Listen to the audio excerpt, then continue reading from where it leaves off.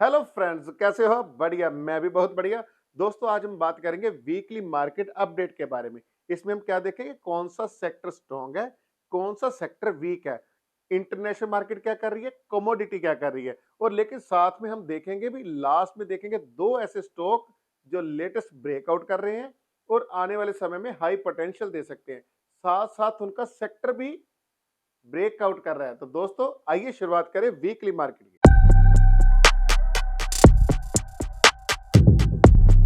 चलिए शुरुआत करते हैं। सबसे पहले देखते हैं डाउ जोन क्या कर रहा है, एसपी 500 क्या कर रहा है, नैस्डैक क्या कर रहा है।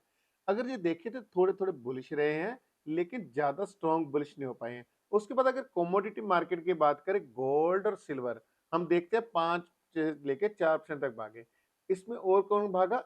नेचुरल गैस भी 5% से ऊपर भागी है। क्रूड ऑयल जो है नेगेटिव में रहा, लेकिन ओवरऑल कमोडिटी मार्केट की बात करें तो कमोडिटी मार्केट आज इस वीक बुलिश रही। उसके कारण क्या इम्पैक्ट पड़ा? हमारी इंडियन मार्केट पे इम्पैक्ट पड़ा।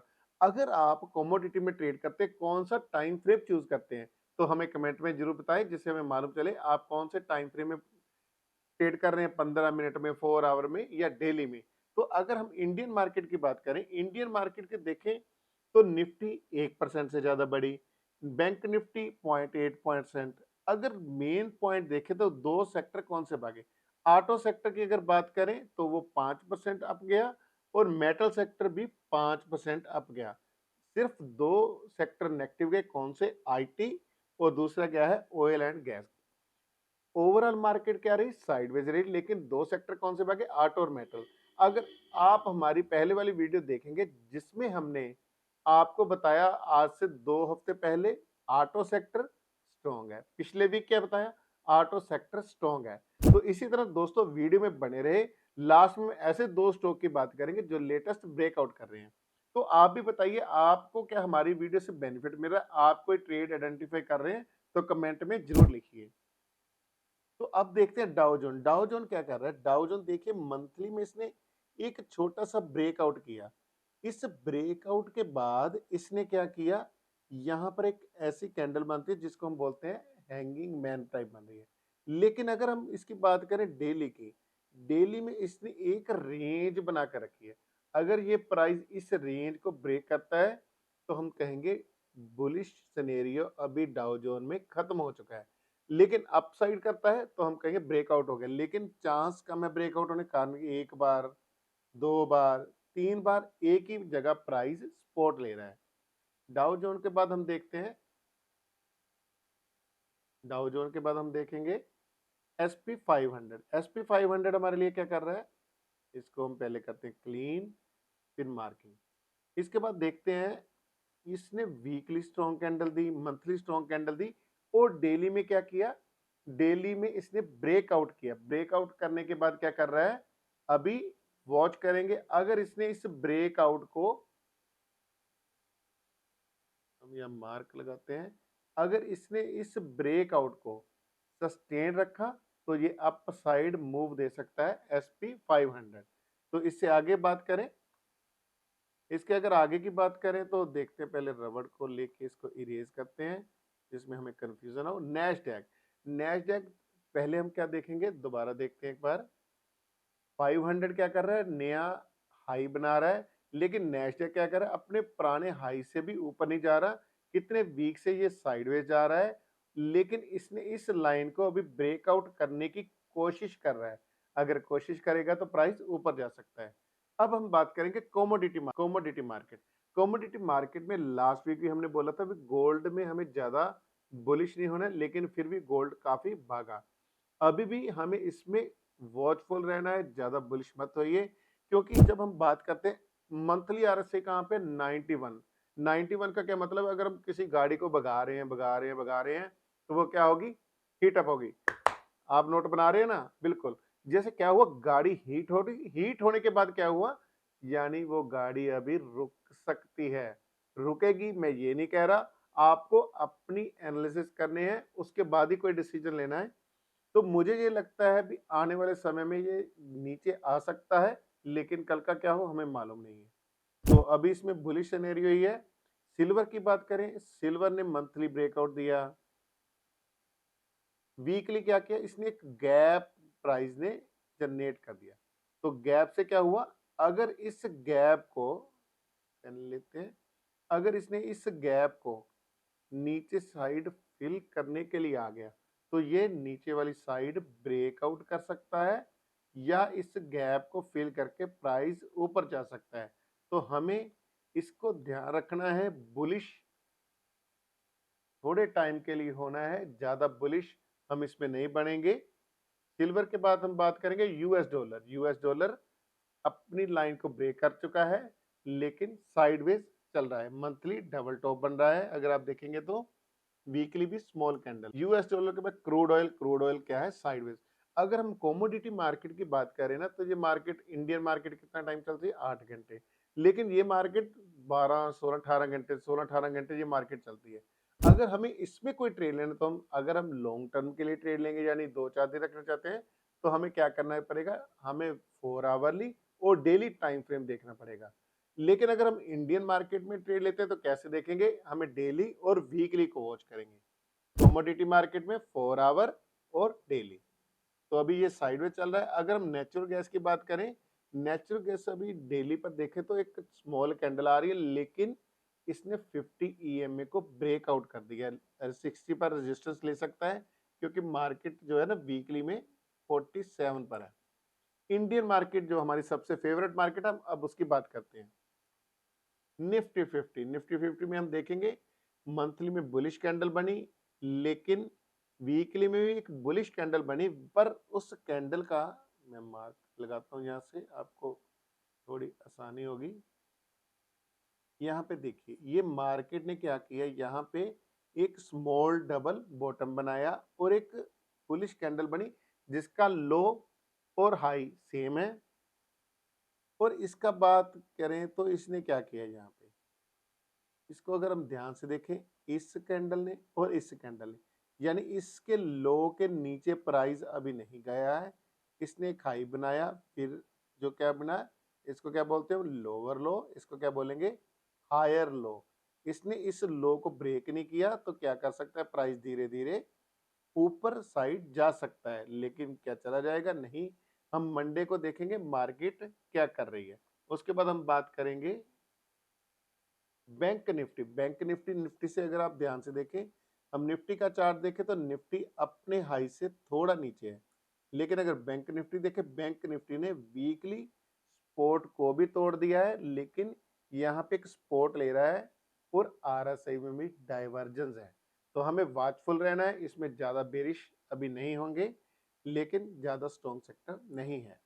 ऑटो सेक्टर, अगर ऑटो सेक्टर को आप ध्यान से देखें ना, तो ये क्या कर रहा है, कितने वीक से यहाँ से ये भाग रहा है। आरएसआई कहाँ पर हमारी 3 एम्स, यानी मंथली, वीकली, डेली क्या है, ये मोमेंटम में है।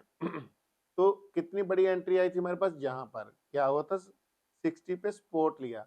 अब इस कैंडल को अगर हम ध्यान से देखें, जो हमारी कैंडल, यहाँ पे इसने प्राइस ने क्या किया, अप खुला और नीचे आ गया, लेकिन क्या इसने इस गैप को फिल किया, इसको हम बोलते हैं गैप। क्या इसने इस गैप को फिल किया, नहीं किया। लेकिन उससे अगले दिन वाली कैंडल कौन सी बनी, उसके अगले दिन वाली जो कैंडल बनी, उसने प्राइस ने गैप अप ओपन हुआ, यानी पहली कैंडल से प्राइस ऊपर ओपन हुआ।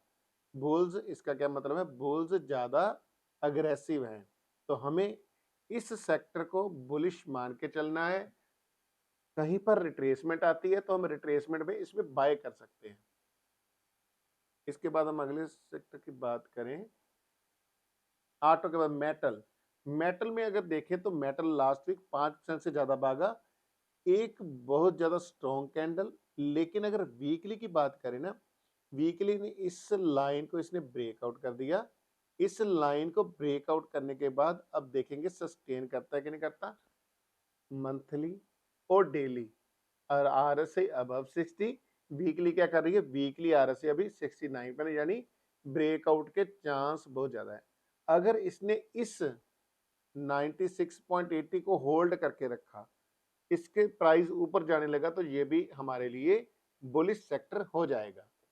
कहां पर रेजिस्टेंस लेगा, 10,000 200 के करीब अभी इसकी आगे वाली रजिस्टर। एनर्जी, एनर्जी क्या है अपनी बहुत ज़्यादा मंथली से भी डाउन है, वीकली भी साइडवेज है और डेली भी ज़्यादा स्ट्रॉन्ग नहीं है क्योंकि प्राइस 50 एम के नीचे है, 50 ईएमए से नीचे है। आईटी, आईटी सेक्टर की बात करें, आईटी सपोर्ट ले रहा है मंथली में और वीकली की बात करें, वीकली स्मॉल कैंडल बन रही है लेकिन हायर लो बना रही है, ज़्यादा स्ट्रॉन्ग नहीं है, तो इसको हम बेरिश में रखेंगे, यानी इसमें बुलिश बिल्कुल भी नहीं होगा ना। आईटी सॉरी फाइनेंस, फाइनेंस की बात करें तो मंथली में बुलिश कैंडल, वीकली में बुलिश कैंडल, लेकिन वीकली में इसने अपने पुरानी रेजिस्टेंस को तोड़ दिया है। अभी हमें इसमें वॉचफुल रहना है। अगर प्राइस 50 ईएमए से ऊपर जाएगा तभी हम बुलिश होंगे। इसके बाद बात करते हैं मीडिया। मीडिया तो साइडवेज ही रहता है, 1600 पे प्राइस, वीकली भी साइडवेज, डेली मंथली सपोर्ट पर काफी टाइम से प्राइस रुक रहा है। फार्मा, फार्मा भी अगर हम ध्यान से देखें मंथली एक स्मॉल कैंडल बनी है और उसके बाद अगर वीकली में आए, वीकली में भी न्यूट्रल कैंडल बनी है लेकिन काफी महीनों से एक रेंज बाउंड चल रहा है। अगर अपसाइड ब्रेकआउट करेगा, अगर हम बात करें यहाँ पर देखिए अपसाइड ब्रेकआउट करेगा तो हम बुलिश के लिए जाएंगे, अगर इस साइड को ब्रेक डाउन करेगा तो हम बेरिश के लिए ट्रेड करेंगे। तो दोस्तों इसके बाद हम देखेंगे फार्मा के बाद रियल्टी। रियल्टी अब अगर ध्यान से देखें तो मंथली में क्या कर रहा है, बढ़िया कैंडल नहीं बन रही है क्योंकि ऊपर वाली विक ज्यादा होने के कारण सेल प्रेशर ज्यादा है। वीकली में क्या है, यही सिनेरियो है और वीकली में भी उसने अपनी पुरानी रेजिस्टेंस को ब्रेकआउट कर दिया है। अगर डेली में देखें तो डबल बॉटम बन रहा है लेकिन कोई बुलिश पैटर्न नहीं बना। Oil and gas, oil and gas support ले रही है, स्मॉल कैंडल है, बिल्कुल भी बुलिश सेक्टर नहीं है। पीएसयू बैंक, जैसे बैंकिंग की बात की, बैंकिंग सेक्टर अभी स्ट्रॉन्ग नहीं लग रहे हैं, वीकली भी रेंज बाउंड है लेकिन daily PSU bank double bottom बना रहा है, सॉरी वीकली में प्राइस डबल बॉटम बना रहा है और हायर लो कर रहा है, देखेंगे इसके bullish scenario. Private bank, private bank की बात करें तो इसने क्या किया, मंथली में ट्रेंड लाइन की सपोर्ट ले रहा है लेकिन वीकली ब्रेकआउट कर दिया। डेली की बात करें तो डेली में न्यूट्रल कैंडल आ रही है, आरएसए भी अभी बिलो 40 है, बिल्कुल स्ट्रॉन्ग सेक्टर नहीं है। एफएमसीजी ये भी साइडवेज है, अपनी डेली सपोर्ट से नीचे चला गया, प्राइस काफी डाउन गया। हेल्थ केयर को भी हम स्ट्रॉन्ग नहीं मानेंगे। इंफ्रा, इंफ्रा की बात करें तो ये भी ज्यादा स्ट्रॉन्ग नहीं है क्योंकि प्राइस हाई वेव कैंडल आई है। अगर इस हाई वेव कैंडल बोलते हैं इसे, जिसमें बॉडी ऊपर और नीचे नहीं है, सिर्फ एक विक है और बीच में पतली सी बॉडी है, अगर प्राइस इस कैंडल के ऊपर जाएगा तो हम बुलिश के लिए सोच सकते हैं, इसके नीचे जाएगा तो बेरिश से। डिफेंस सेक्टर अभी नया है, ज्यादा स्ट्रॉन्ग नहीं मानेंगे। अब हम जैसे बात कर रहे थे कि अब हमें स्टॉक की बात करेंगे, कौन से दो स्टॉक स्ट्रॉन्ग है जिसमें हम एंट्री ले सकते हैं। अपनी स्टडी से एंट्री लेनी है, मैं आपको जस्ट एक इंफॉर्मेशन बता रहा हूं, मुझे लगता है ये स्टॉक स्ट्रॉन्ग है। क्यों स्ट्रॉन्ग है, अगर हम ध्यान से देखें, महिंद्रा एंड महिंद्रा सबसे पहले ऑटो सेक्टर का स्टॉक है। ऑटो सेक्टर ने ब्रेकआउट किया और यहाँ पे क्या हुआ, monthly breakout strong candle, weekly breakout पहले वाली यानी बुलिश इनगल्फिंग कैंडल बनी है वीक में। डेली की बात करें 50 ईएमए में 2 बार सपोर्ट, 3 बार सपोर्ट लिया इसने और उसके बाद क्या किया इसने, प्राइस ने गैप अप ओपन हुआ और उससे प्राइस भी ऊपर चला गया, तीनों आरएसआई अबव 60। अशोक लेलैंड की बात करें, सबसे पहले ज्यादा स्ट्रॉन्ग किसको हम मानेंगे, महिंद्रा एंड महिंद्रा को। अशोक लीलैंड की अगर देखें तो अशोक लीलैंड और महिंद्रा में हमें कौन सा चूज करेंगे, महिंद्रा। अशोक लीलैंड में क्या हुआ, डबल टॉप बन रहा है, डबल टॉप बनने के बाद वीक में क्या कौन सी कैंडल बनी, बुलिश इनगल्फिंग कैंडल बनी, लेकिन डेली अभी 134 के प्राइस ऊपर नहीं जा रहा है और डेली आरएसआई अभी 60 से अबव नहीं जा रही है, यानी जब ये अप जाएगी तभी इसको हम ज्यादा स्ट्रॉन्ग मानेंगे। तो आज का अगर विनर स्टॉक की बात करें तो महिंद्रा एंड महिंद्रा है। तो दोस्तों अगर आपको ये हमारी वीडियो अच्छी लगी, दोस्तों के साथ शेयर कीजिए, हमारे चैनल को सब्सक्राइबर कीजिए। Thank you very much.